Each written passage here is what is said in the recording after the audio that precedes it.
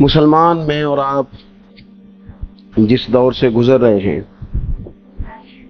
اس دور کی تیزی نے اور معاملات کی شدت نے ضروریات کو بے لگام کر دیا ہے، خواہشات بہت ساری بڑھا دی ہے۔ لازمی نتیجہ یہ نکلا ہے کہ لوگوں کے دل سخت ہو گئے ایک دوسرے کے لیے، مختلف ہیلے بہانے سوچ کے کہ جی چونکہ فلانا بھی ٹھیک نہیں تو لہٰذا میں بھی ٹھیک نہیں، کیونکہ فلاں میرے ساتھ یوں کرتا ہے تو میں بھی رد عمل کے طور پہ یوں کروں گا۔ ہم بھی اپنے دلوں کو سخت کر لیتے ہیں۔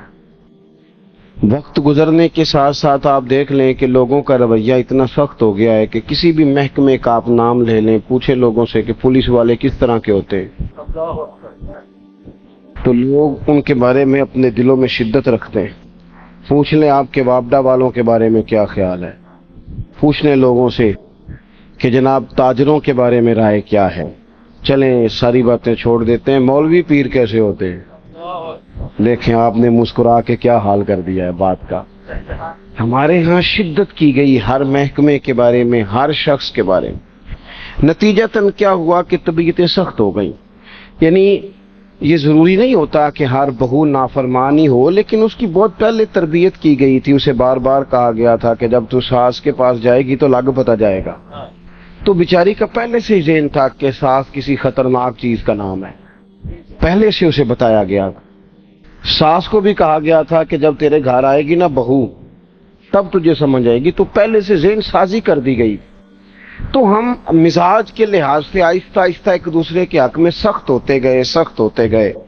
میرے رسول پاک صلی اللہ علیہ وسلم کا جو پیغام ہے وہ احساس کا پیغام ہے۔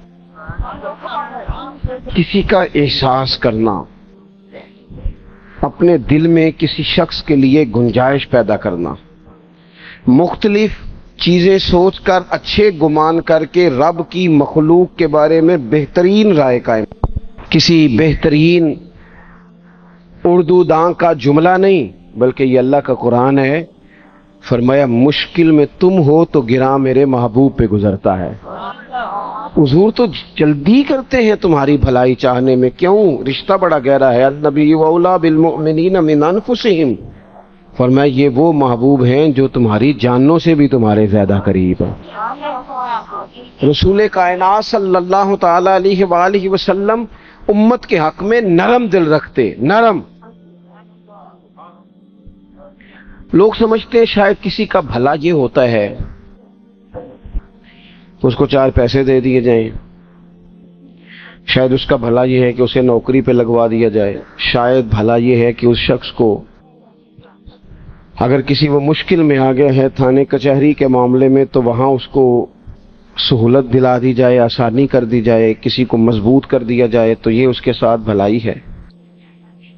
میرے رسول پاک صلی اللہ تعالی علیہ وسلم نے بتایا کہ میں نہ مکارم اخلاق کی تکمیل کے لیے آیا ہوں، میں تمہارا وہ نفع کرنے آیا ہوں کہ تمہارا دل ساری جگہوں سے ہٹا کے رب رسول کی طرف مائل کرنا، تمہاری طبیعتوں کے اندر جو سختی ہے اسے نرمی میں بدلنا ہے، تمہارے مزاجوں کے اندر جو بے لگام خواہشات ہیں انہیں شریعت اسلامیہ کی پابندی کی لگام دینی ہے۔ حضور سید عالم علیہ السلام نے لوگوں کی اصلاح کا جو دیکھے نا، اگر کسی گھر میں بگڑے بچے سنور جائے نا تو روٹی تھوڑی بھی ہو تو گزارا ہو جاتا ہے۔ اگر گھر والے اخلاقاً اتنے اعلیٰ ہوں، ایک دوسرے سے پیار کرتے ہوں تو تھوڑے پیسوں پر بھی وقت گزر جاتا ہے۔ رسول پاک کا دل دھڑکتا تھا، کس لیے؟ صرف اس لیے نہیں کہ لوگوں کو نوکریاں مل جائیں، مال مل جائے، لوگ جو ہیں ان کے گھر کشادہ ہو جائیں، بلکہ حضور کا دل دھڑکتا تھا کہ لوگ دوزخ سے بچ جائیں، جنت کی طرف ان کا سفر ہو جائے، ان کے دلوں سے حسد کو، تکبر کو، غرور کو، انا کو، خود پسندی کو، عجب کو نکال دیا جائے۔ یتلو علیکم آیاتنا ویزکیکم، ان کا تزکیہ کر دیا جائے، دل صاف کر دیے جائیں۔ رسول پاک صلی اللہ علیہ وسلم احساس کے ساتھ جاتے۔ ہمارے ہاں نا تبلیغ ہوتی ہے لیکن اس میں درد نہیں ہوتا، الا ماشاءاللہ، اچھے لوگوں کی بات نہیں کرتا۔ لو میرے جیسے آدمی نے تقریر کرنی ہے، گھنٹہ گزارنا ہی ہے، تو پھر بعض اوقات نفس کی خواہشیں غالب ہوتی ہیں تو وہ اصلاح سے زیادہ شوق داد لینے کا غالب آ جاتا ہے. وہ آپ کو پتہ ہے نا، وہ ہمارے ہاں پھر وہ نقیب محفل بیچارہ کبھی بھاگ کے ادھر چلا جاتا ہے، کبھی بھاگ کے ادھر آتا ہے، کہتا ہے میں نے جملہ دینا ہے. اب وہ ایسے لگتا ہے جملہ نہیں دینے لگا، کوئی ایٹم بم دینے لگا ہے، جس میں اتنی اسے پریشانی. ایک جملہ کہنے لگا، اسے سنبھال کے رکھنا، ضائع نہ کرنا، یہ نہ کرنا. وہ تو جملہ رہنے دے، تو آیت دے ہمیں کوئی قرآن پاک کی، تو ہمیں کوئی حدیث پاک سنا، تو شادی سی بات کر. یہ تو مطلب. اور پھر وہ داد کا اتنا شوق کہ جب تک سارے ہاتھ نہ کڑھیں، جب تک شمال جنوب والے نہ بول پڑیں، تب تک بات نہیں ہوگی. یہ کیسی بات ہوئی؟ اصلاح کے اندر تو آپ کا درد آپ کی زبان سے زیادہ اثر رکھتا ہے. اقبال کہنے لگے کہ بات جو دل سے نکلتی ہے اثر رکھتی ہے، پر تو نہیں، پر طاقت پرواز مگر رکھتی ہے.